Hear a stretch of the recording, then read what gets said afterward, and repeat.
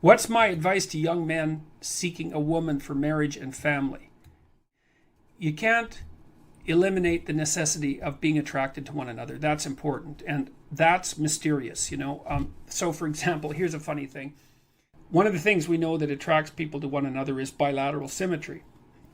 And so if you take men and you rank them by the symmetry of their faces, and then you give the asymmetrical men t-shirts to wear, clean t-shirts for a day, and the symmetrical men clean t-shirts to wear for a day, and then you give the t-shirts to women and you have them rate the odor, the women rate the odor of the symmetrical men as more attractive than the odor of the asymmetrical men. And there are other factors that determine sexual attractiveness that are based on biological factors that are so that deeply embedded in terms of smell, for example. So women also tend to not be sexually attracted to the scent of men who have, if I remember correctly, it's Rh factors that would make for potential trouble in childbirth. And often the reason that the women give for not preferring the scent of those men is that they smell too much like their brother, something like that. So there's weird, mysterious things that determine whether or not people are sexually and physically attracted to each other. And I think it's very important that that's part of a marital relationship. The next most important thing is trust, man. It's like there's no marriage that's successful without trust. You've got to tell each other the truth. And one of the reasons that Jung believed that marriage and an oath and Carl Jung as a bond was necessary, it's really wise. It's like, you know, telling the truth to someone is no simple thing, because there's a bunch of things about all of us that are terrible and weak and reprehensible and shameful and all of those things. And they kind of have to be brought out into the open and dealt with. And you're not going to tell the truth about yourself to someone who can run away screaming when you reveal who you are. And so the marriage bond is something like, okay, here's the deal.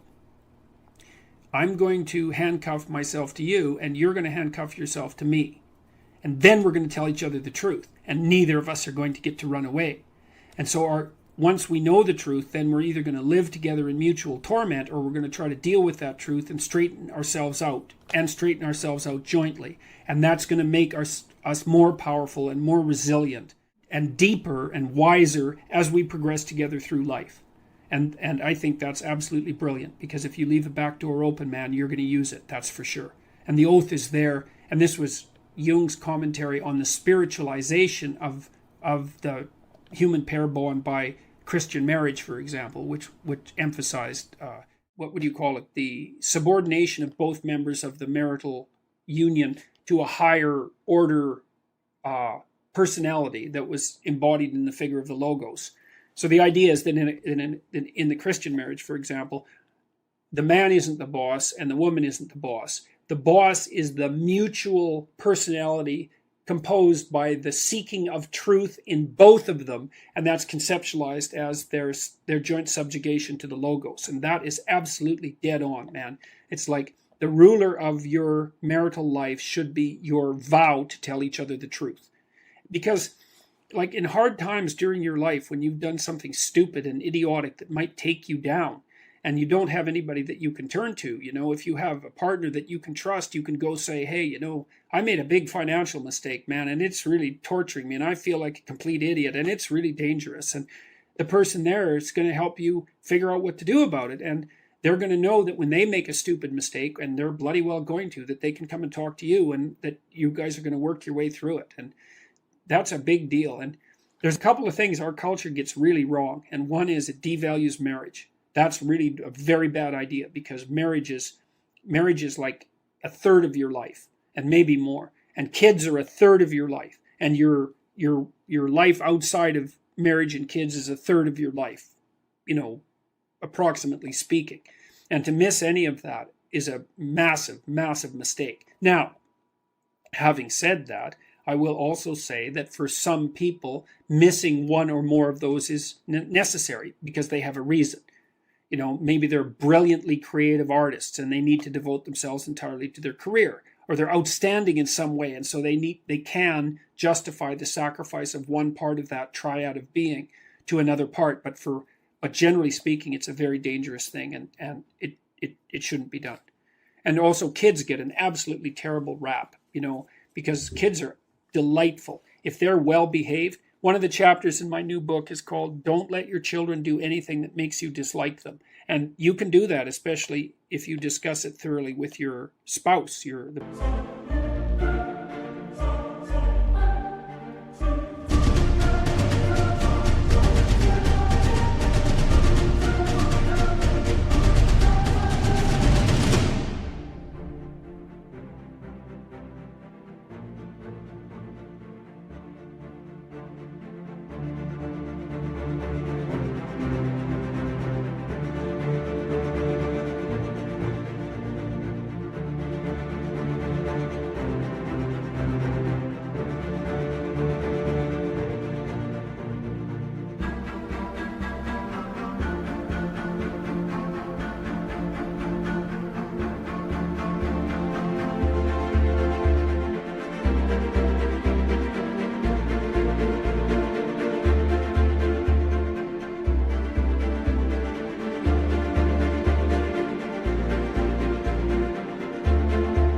Person that's helping you discipline the kids.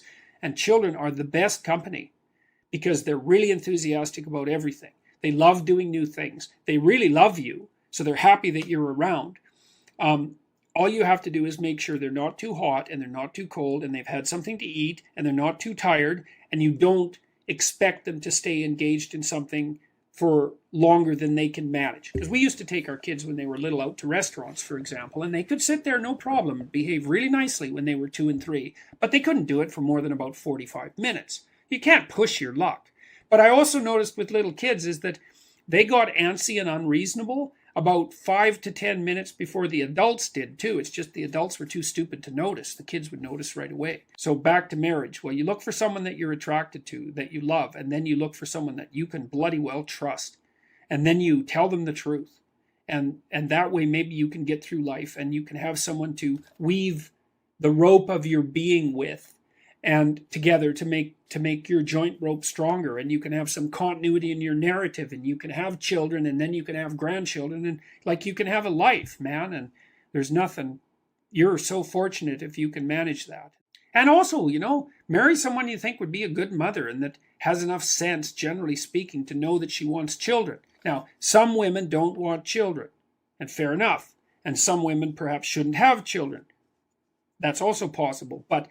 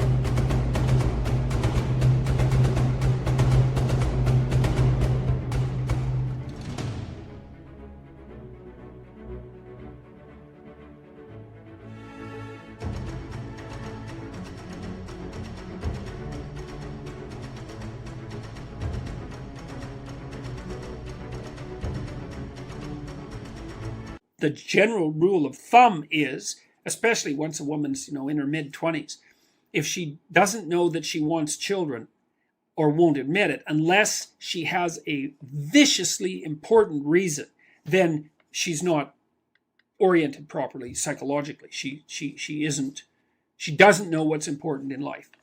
Now, that might also be the case with you, and it probably is, but as a rule of thumb, that's a really good one.